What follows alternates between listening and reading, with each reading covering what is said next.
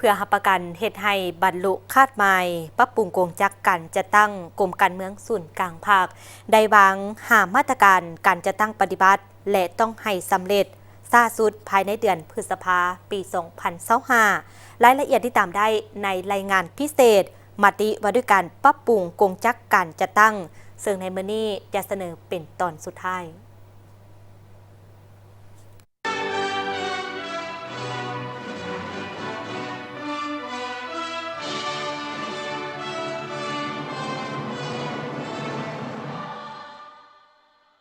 การปรับปรุงกงจักการจะตั้งเป็นหนึ่งในแผนปฏิบัติงานที่กรมการเมืองศูนย์กลางพรรคได้มอบหมายให้กับคณะปรับปรุงกงจักการจะตั้งสมทบกับคณะพรรคเกี่ยวข้องคนคั่วเลือกเฟ้นซับซ้อนจัดวางกงจักขึ้นใหม่ให้มีความรัดกุมและเป็นระบบตามขอบเขตสิทธิ์ก็คือตามการมอบหมายเพื่อให้บรรลุคาดหมายดังกล่าวคณะพรรคคณะนำแต่ละขั้นต้องกำแน่นยึดมั่นการจะตั้งปฏิบัติตามหลักการและทัศนะซี่นำในการปรับปรุงกงจักการจะตั้งให้ถูกต้องและเป็นระบบมีความเป็นเอกภาพสูงและเข้าร่วมจัดตั้งปฏิบัติมติฉบับนี้ให้ได้รับผลดี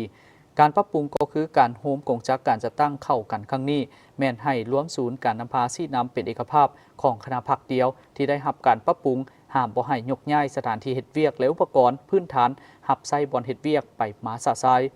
คณะพรรคคณะนำแต่ละขั้นโดยเฉพาะแม่นคณะพรรคคณะนำกระทรวงองค์การและแผนกการที่ถูกปรับปรุงต้องเพิ่มความเอาใจใส่และที่สำคัญพร้อมทางรับผิดชอบโดยกงถือเป็นเวียกบริมสิทธิ์หนึ่งในการนำพาศึกษาผมการเมืองแนวคิดของสมาชิกพรรคพนักงานรัฐกรให้มีความรับรู้เข้าใจอย่างลึกซึ้งต่อการปรับปรุงกงจักการจะตั้งเด็ดขาดบ่ให้มีห้อยต่อหรือเฮ็ดให้เวียกงานราชการบอนที่ถูกปรับปรุงถดถอยยกสูงสติระวังตัวต่อพวกคนบดีที่จะสวยไส้การปรับปรุงกงจักการจะตั้งเพื่อโฆษณาใส่ให้ป้ายสีปิดเบือนความจริงสร้างความบ่เข้าใจแบ่งแยกความสามัคคีอยู่ภายในการจัดตั้งและในสังคม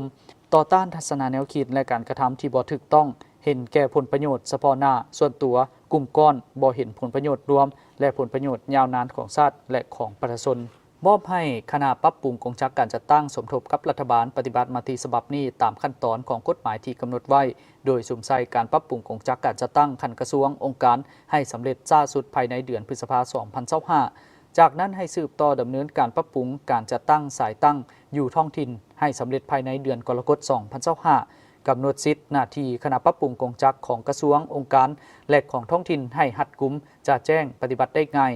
ต้องคนคั่วเลือกเฟ้นซับซ้อนจัดวางสมาชิกพรรคพนักงานขึ้นใหม่อย่างหัดกุมและเป็นระบบซึ่งเป้าหมายจำนวนหนึ่งจะได้สืบต่อปฏิบัติหน้าที่ในตำแหน่งเดิมหรือลุดจากตำแหน่งเดิมตามทิศมีเข้ามีออกมีขึ้นมีลงและเป้าหมายจำนวนหนึ่งจะได้หับนโยบายพรรคการหับอุดหนุนบำนาญหรืออุดหนุนเทื่อเดียวตามระเบียบการมอบให้รัฐบาลจัดสรรงบประมาณเพื่อหับไส้เวียกงานปรับปรุงกงจักการจัดตั้งในครั้งนี้ให้มีผลสำเร็จ